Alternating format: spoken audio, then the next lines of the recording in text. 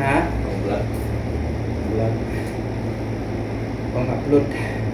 Shout out mga idol! Pag-subscribe sa aking YouTube channel, Jerry Bantelan TV. Like, share, follow. Pag-subscribe mga idol ha. Jerry Bantelan TV. Dito tayo sa barbershop. Lindon Barbershop. Magaan lang sa bulsa. Wala na akong matandaan matapos yun. Ang tanging naaalala ko lang.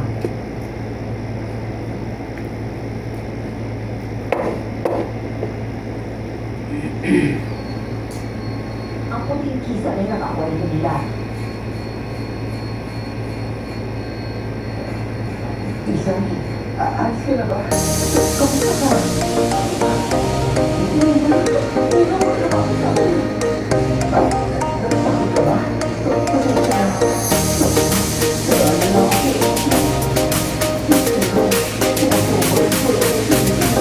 Okay tayo mga idol. Sa panahon.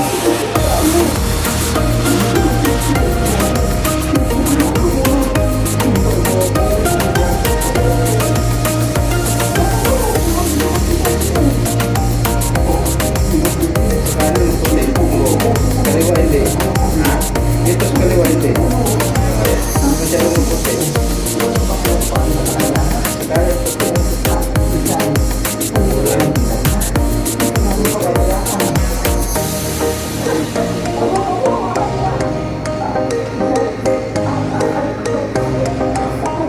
Kasi subscribe mga idol sa aking YouTube channel.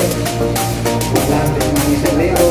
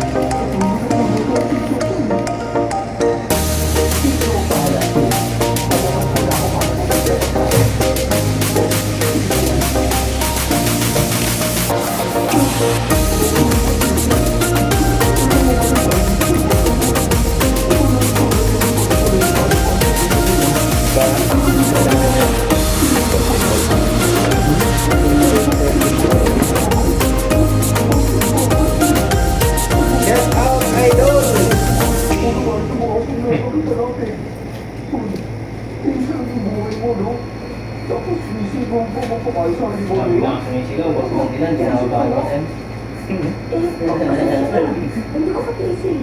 Gusto ko naman sabihin sa kanya na nakita natin siya eh. Pero, natinutungol man. Bakit pa ako lang? Kita niyo na. Makikita ka dito. Upload ko mamaya. Nandito siya ka mo. Sister sa wall. Oo, nablas pa. Sister sa wall. Diba? Sa wall, paberte mo. Senyor? Senyor ka Titino? Ikaw yung literal na Asmelis na. Tawa ko nila at mahalin ka lamang. Tingin mo nga ang pagiging leader mo, Tim. Teka nga, paganda ba ako? Pupukla ka? Gusto mong mamula? Ito pala ko, hindi hirap to. Aliwat ka ng sa pala yung Sandy. Attitude ka rin eh, no? Kanina lang balik sa balik ka, tapos hindi naman. Wisit ka. Pwede ba naman ko na lang yung pagkakari mo? Tapos hindi ka ako. Kamusta kayo siya eh?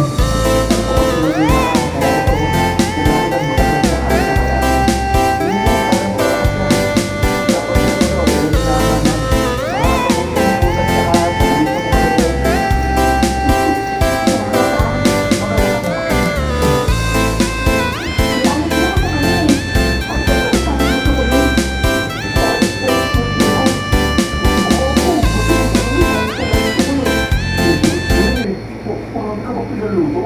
Oh, Diyos, mabubusog na naman ako dito. Tingnan ko yung mga naman na alam ka babae na ako si Lintan, bote naman din ako. Francis, huwag mo kasi lahat ng araw ko.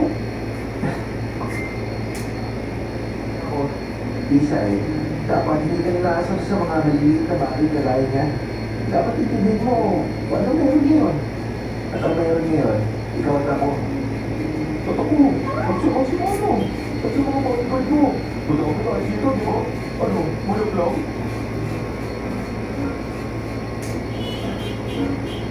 Nakauwi na kami ng ligtas ng araw na yon. At gaya ng mapagplanuhan namin ni Sheila, nagpagkat kami para walang alam. Gaya nga ng sabi ng pinsan ko, kailangan kong magkunwari at mas maging maura. Tinuturo ko ang galit at sama ng buhay ko sa sa mga taong nakapaligid sa amin. Pero araw-araw niluli ako at bawang na nasa bisa. Naka-plastic at nilalagay ko sa bisa ko. Lumipas pa ang mga araw at habang papalapit ang katapusan ng Mayo, sunod-sunod namang natatagpuan ang mga katawan ng mga batang pinaslang sa bayan na yon. Naalala ko lahat, ang alas ng mga namin ay nakatagpay na rin sa kanilang mga anak. Sumasama nga sa pagkato. Oras na mukha nila sa mga kapatahala at sa kanilang mga kasama. Hindi na rin tugaan sa ito at nakatagpay na rin sa mga maliliit at mga kasama. Araw-araw para nagpapay sa kasama.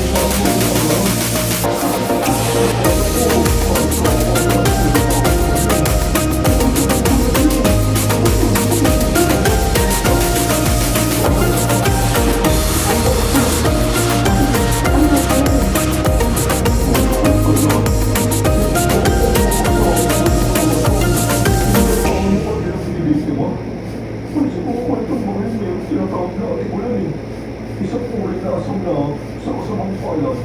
Nagiging pagkain lamang ng mga malalakas at matataas na uri na aswang kagaya ng agaras.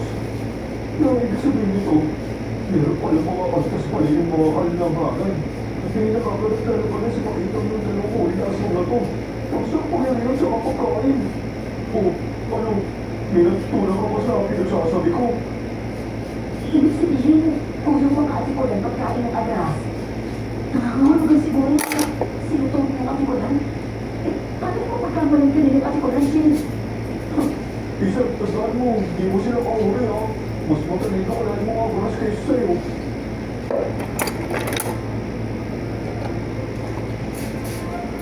Wala na akong nagawa kundi ang sumang-ayon na lang sa panglalahit ni Shin. Nagpatuloy kami sa pagkakulap at mas naging kami sa lahat.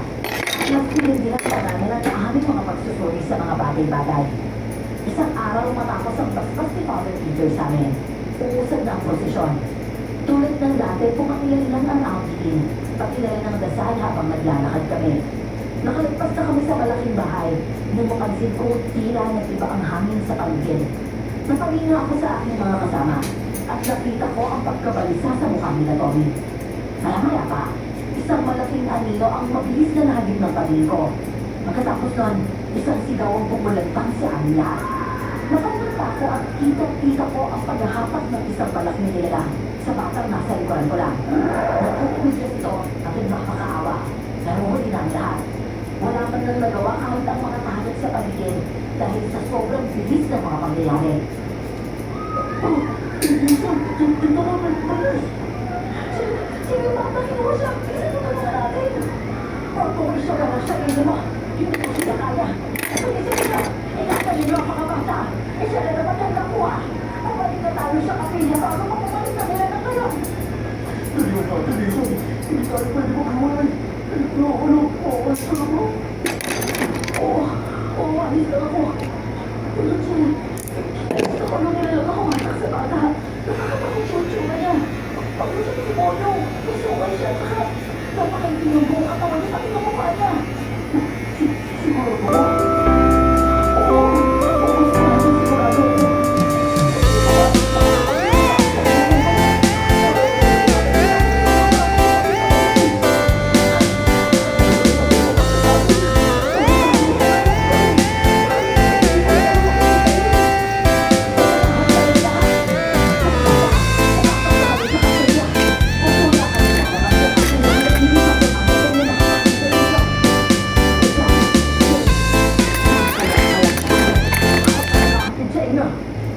Opo, Alimaga. Akala ko nakakapagod ng buhat sa dyan ko. Kung sa kakambagod pa ito lang isa tumatakbo. Pagkalang ko, ipapawasin ako sa kukilo dahil dito. Isay, bukas na pala yung huling posisyon at matataon niya sa kabilugan ng buwan. Mas lalakas na mga dapat lumakas sa gabing yun. Masasaksiyan niyo yung mga bagay na hindi niyo pa nakikita sa talang buhay ninyo. Alam ko nabubulaan pa ka sa Eric Sai, pero kailangan mo magtiwala sa amin, lalo-lalo na sa akin. Ako po, hindi na. Hindi ko po ang maintindihan eh. Oo, ikaw bukas isusuot mo to, ha? Pag-investiga, espesyal yan. Pinagawa ko lang yan para sa'yo. Gusto ko bukas, makalasin mo maging pinakamaganda. Kasi alam ko, hindi mo lang ito mga hamlasan. Kasi sige na, mauna na ako. Jason, ano naman yung binilong sa isang nilang mong ligat ng mga aso? Para niyo siguro wala para alam na puso sila dito. Hindi ko maalam kung anong klase ng relasyon nila sila ni nanay eh. Pero alam ko, sigurado ako binago niya yung mga tao at minsan nagtiwala sa kanya. Sana lang talaga, masaya siya sa pinabalak niya. Pero ewan ko, Shin, nalulukot ako eh. Kasi magbalik-balik ka rin lang ako. Mahal ko talaga si Ina. Tapos gawin ko talaga sa pangalawa kong ina.